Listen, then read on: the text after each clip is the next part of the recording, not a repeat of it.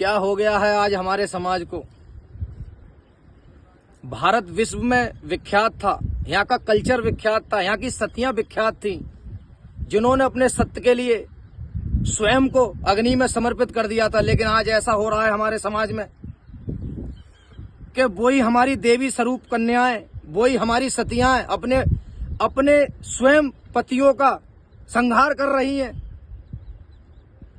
15-15 टुकड़े कर कर ड्रामों में पैक कर रही हैं। क्या हो गया है इस समाज को, हो क्या गया है? अरे भाई, ये भारत में नहीं होता था, ये भारत की भूमि पे नहीं होता था। भारत की भूमि पे तो सतियां जन्म लेती थी, माताएं देवियां जन्म लेती थी। ये सुपड़ कहां और ये पूतना जैसी कहां से जन्म लेने लग गई, जिनका संहार श्री रामचंद्र ने सतयुग में कर दिया। आज ये कलयुग में कैसे पैदा हो गई, जो स्वयं अपने पति को राक्षसियों की भांति आहार कर रही हैं, पराये मर्द के साथ रंगरलियां मना रही हैं। ऐसा हमारे यहाँ नहीं था। हमारे यहाँ ऐसा कोई भी रीति रिवाज नहीं था। हमारे यहाँ 7 फेरों में एक बार अगर कोई स्त्री बन जाती थी तो 7 जन्म तक उसके साथ जीने का प्रयत्न और जीती थी। आपने देखा था जब यमराज माता अनसुईया के पति की आत्मा को ले गया था इस धरती से, तो माता अनसुईया यमराज से भी अपने पति की प्राणों को रक्षा कर कर वापस लाई। उन्होंने 7 जन्मों तक अपने पति के साथ जीवन व्यापत किया। लेकिन आज हमारे समाज में, हमारे भारत में ये क्या हो गया है? मैं उन माताओं से, उन माँ बापों से भी ये कहना चाहता हूं, अपने बच्चे की, अपने बेटे की, जो आपका लाडला है, जो आपका राजा है,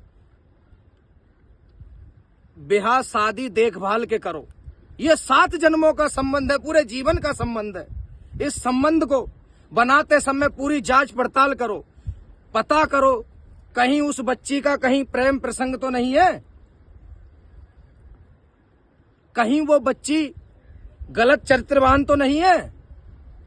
अगर आपको पता होता है, बहुत से माँ बाप सब कुछ जानते हैं, कहते हैं शादी बात सब ठीक हो जाएगा, लेकिन आप देख रहे हैं ये ठीक हो रहा है। आजकल हमारे राजा जैसों को मरवा दिया जा रहा है, कत्ल करवा दिया जा रहा है। तो मैं सभी उन बच्चों के माँ बापों से कहना चाहता हूं कि अपने बच्चों को बचाओ। पहले एक नारा लगता था हमारे यहाँ, बेटी बचाओ, बेटी बचाओ। मैं उनसे कहता हूं अपने बेटों को बचाओ, अपने बेटों को बचाओ। कहीं ऐसा ना हो कोई राक्षसनी सीता का भेष रखकर और आपके बच्चे को कत्ल कर दे, संहार कर दे। ये सोचना होगा आपको अपने बच्चे के भविष्य के बारे में,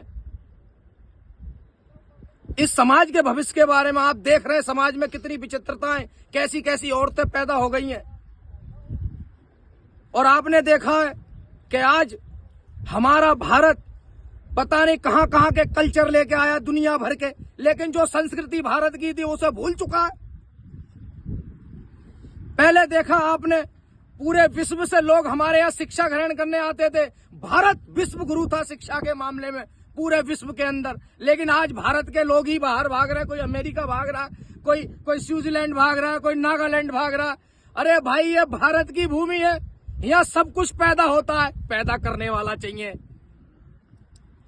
यहाँ धर्म की भूमि है, यहाँ प्रभु श्री राम की भूमि है, श्री कृष्ण भगवान की भूमि है। जितने अवतार हुए इस सृष्टि के अंदर वो भारत के अंदर हुए।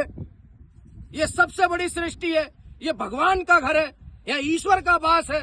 और लोग भागे फिरते हैं, अमेरिका जा रहे हैं साहब, डॉक्टरी सीख के आएंगे। अरे डॉक्टर क्या अपनी जान, तुम्हारी जान बचा देंगे? जब ईश्वर ने तुम्हारी जान निकालनी है तो वो तो निकल के ही रहेगी, उसे ना कोई डॉक्टर बचा पाएगा ना कोई वैद्य।